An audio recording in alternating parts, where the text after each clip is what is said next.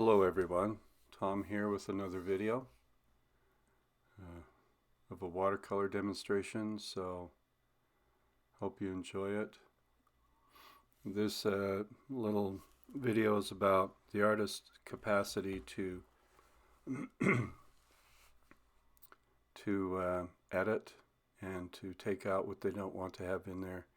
And that'll be pretty clear by the time we get to the end of the painting what it is that I left out. But right now I'm just blocking in the very beginning basic elements of the colors that I'll be working over the top of. So this falls right in line with my rule of thumb that I have. It's light to dark, top to bottom, back to front, and from general to specific.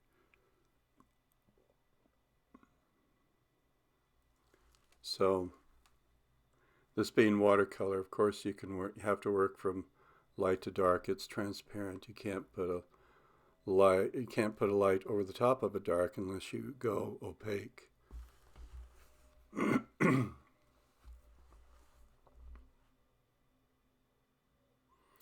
But right now I'm just blocking in very carefully the foundational colors of the painting.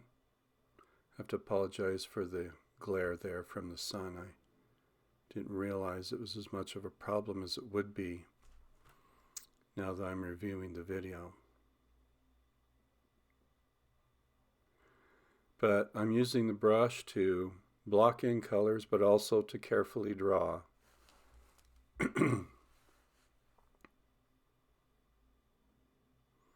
So all of the drawing skills that a student learns with graphite and charcoal and other drawing mediums, they all apply here.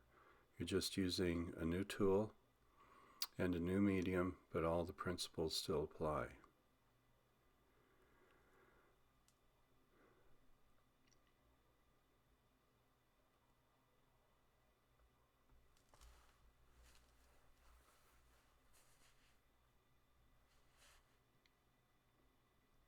Now every once in a while you'll see me holding my left hand with my right hand. I'm steadying it as I paint. That kind of thing sort of serves as the equivalent of an artist's maul stick.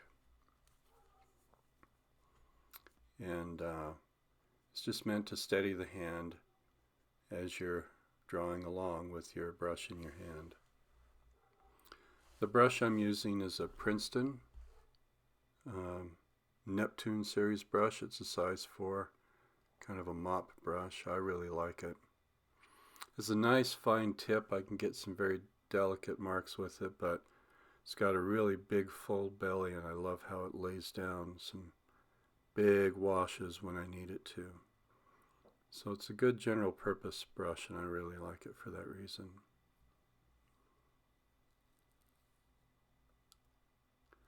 The scene that I'm painting, it has a, excuse me, clearing my throat once in a while.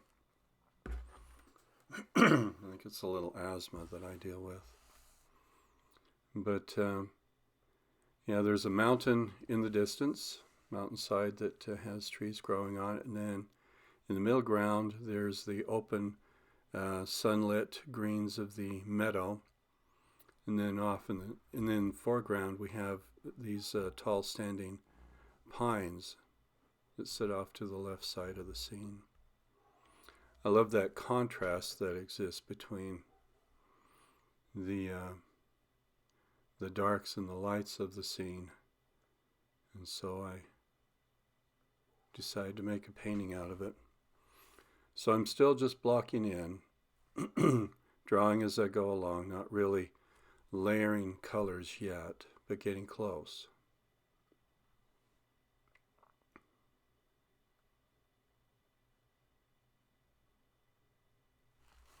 I'm switching back and forth now between that Princeton brush and then I have one of my favorites, the Low Cornell 7020 Ultra Round.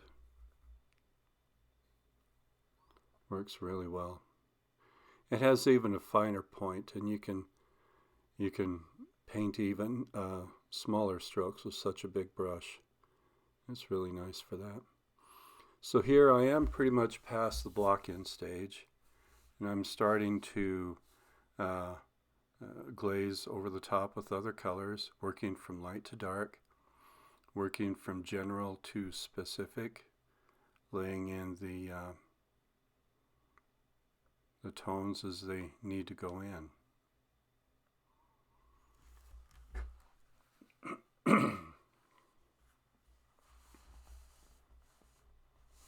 This paper is about well, the finished painting will be about 6 1/4 by 9 1/4.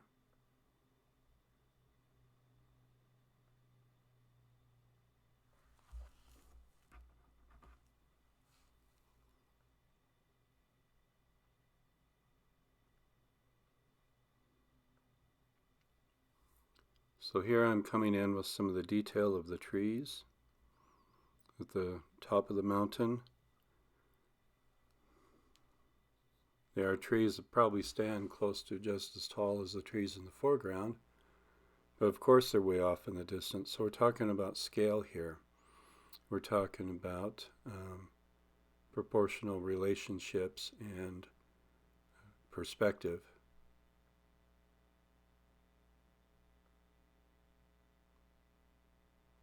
So I picked up another small brush, and now I'm just touching it with a little clear water. I'll do that once in a while when I realize that what I lay down may be just a little strong, a little dark. And I'll come in and touch it with a brush full of clear water and just modify as it needs to be done.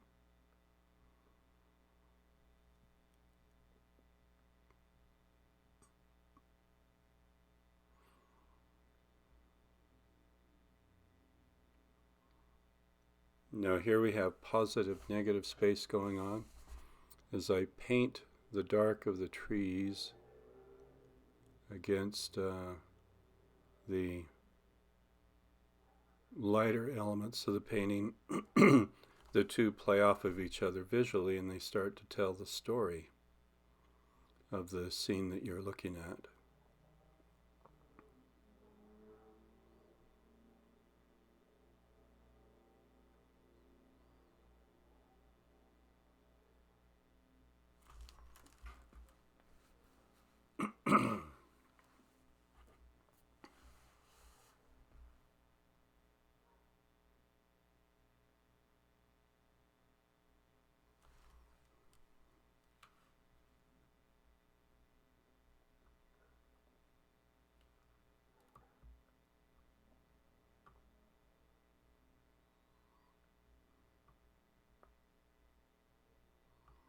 So I've gone over the trees once, now I'm going over them again with darker tones, reestablishing and restating the existence of those trees.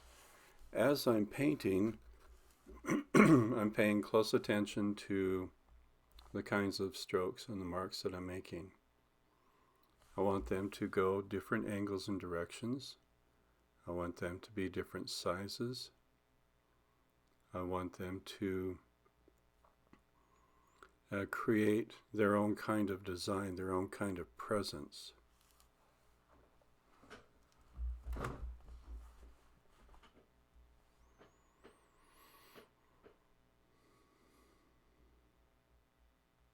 And of course the whole combination of marks coming together, well, they need to say tree, they need to say sky, mountainside, forest floor. And the key to knowing what all of that needs to be is really looking at what you're seeing in the real world and translating that into the kind of marks that you can make with your brush.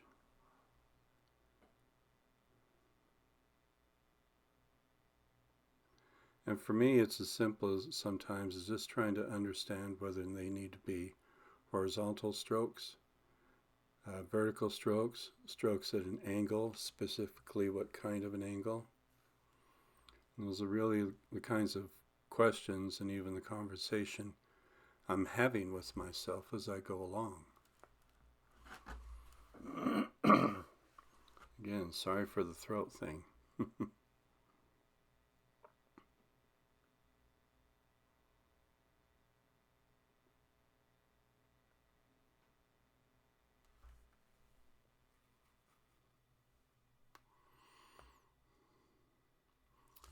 Just a little about the palette that you can see off there. I rarely, if ever, clean my palette. I typically leave it just the way it was left with my last painting. Only when I need maybe a fresh blue sky or a really pure clean yellow, I might wipe out those mixing cells, but otherwise the colors that I have from the previous painting are still there when I start the next painting.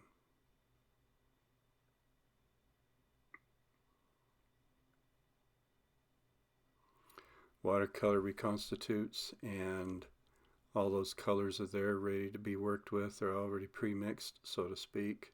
I just need to augment them a little bit.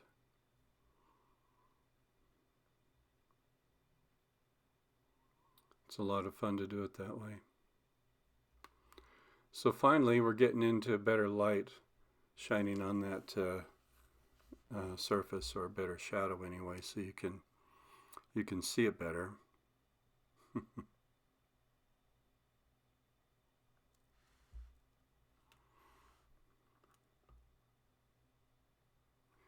Please remember, I really don't paint at this speed, okay?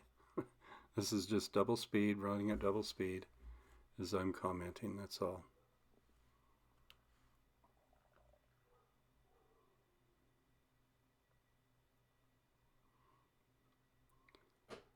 Restating those distant trees, but also painting them with a slightly cooler color, something with a little more blue or green, helping to push them back in the distance.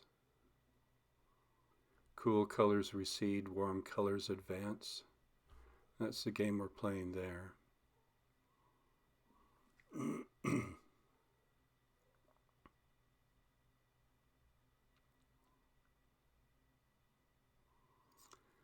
Well, just a few more glazes here and there, but we are starting to come down to the home stretch.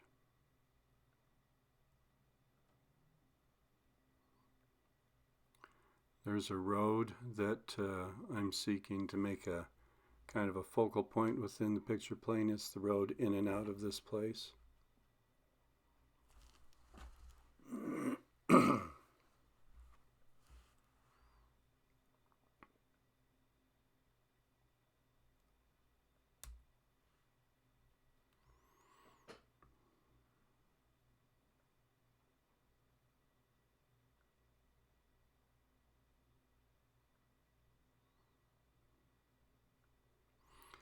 Went from larger brushes to smaller brushes now.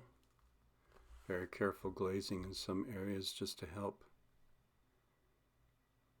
things be what they need to be.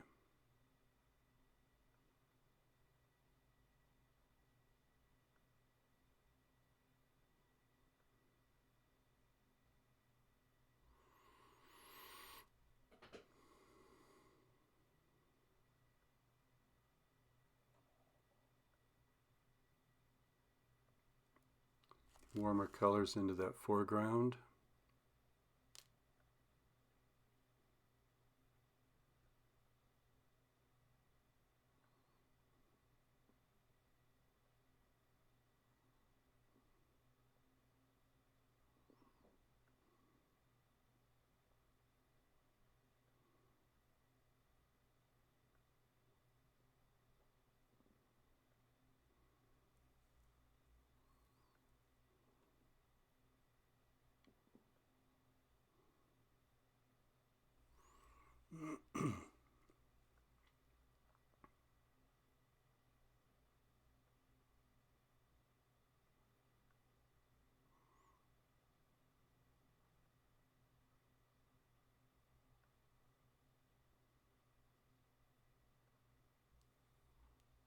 Alright, so there's the scene that I was painting, and you can see what I took out and what I expanded on and painted in. So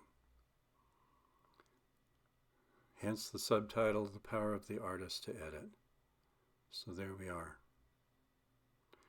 Okay, well, I hope it was good for you. Thank you for watching, and leave a comment if you'd like. I'd like to hear from you.